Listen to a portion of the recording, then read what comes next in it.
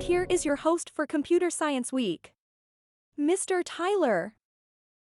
Good morning, SIS, and welcome back to Computer Science Week. So far this week, we have learned about the people who created the foundations for the computers we use today. Today, let's learn about two people that are primarily responsible for the creation of the computers we use in our daily lives. Do you know who we are going to learn about today? Today we will talk about the founders of Apple and Microsoft Computers, Steve Jobs and Bill Gates. I bet you already know a lot about these two, but I bet you didn't know they were friends.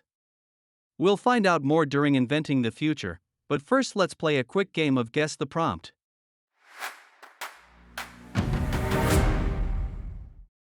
The game is very simple. I will show you an image that was made with AI.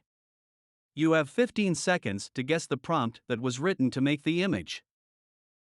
Here is an example. The prompt that Mr. Tyler used to create the image was a boy throwing a paper airplane. Now let's play the game. I will give you 15 seconds to guess the prompt. Ready, go!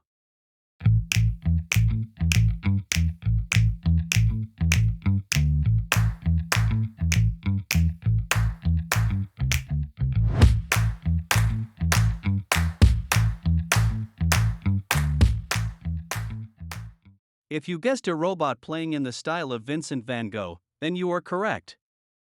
And now, for Inventing the Future.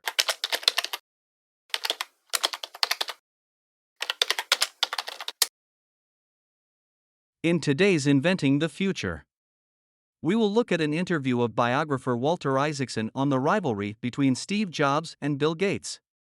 I hope you learned something new about these two extraordinary individuals.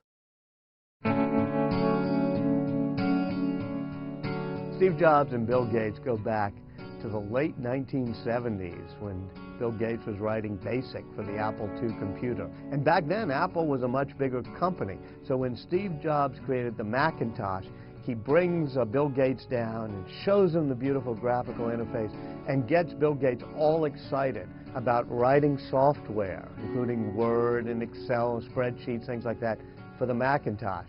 What he didn't realize is that Bill Gates would end up creating his own graphical user interface, Windows, and taking a lot of the business away from Apple. And so what you have is a great love-hate rivalry friendship that goes for more than 30 years. And at the end of the book, I have Bill Gates visiting Steve Jobs when he's sick in Palo Alto, talking about Steve Jobs' model and Bill Gates admitting it really worked well, having that integrated end-to-end product.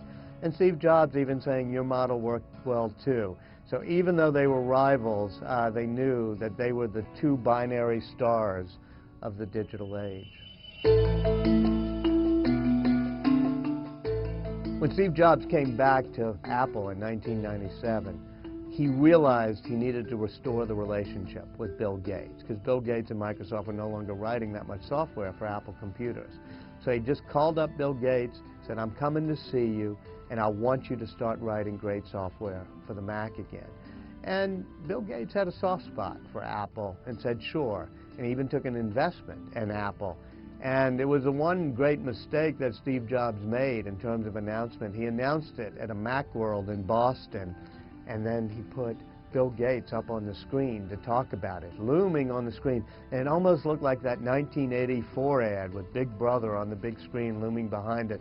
And all the fans of Apple at Macworld started booing, and Steve had to say, no, no, no, sometimes your rivals are also your friends.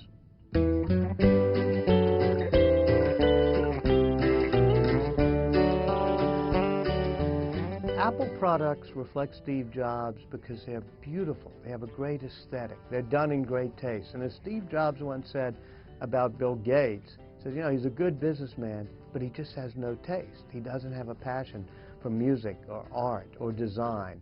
And so indeed, Windows products, Microsoft products, are very good. And they get better every time there's a new edition of them. But it's not like Steve Jobs, who makes sure that the minute he launches a product, it is beautifully designed and just stuns you as it comes out of the box. If you look at an iPod in the box, it looks like a little gem as you pull it out. If you get a Zune from Microsoft, it's a very competent product, but it does look like it's been designed in Uzbekistan or someplace. And that's why Steve Jobs always said the one thing we're bringing is a passion for great design, great art, and great taste. And that's why Apple's always standing at that intersection of art and technology.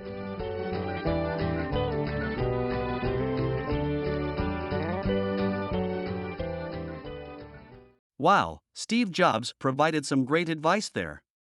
Sometimes your rivals are also your friends.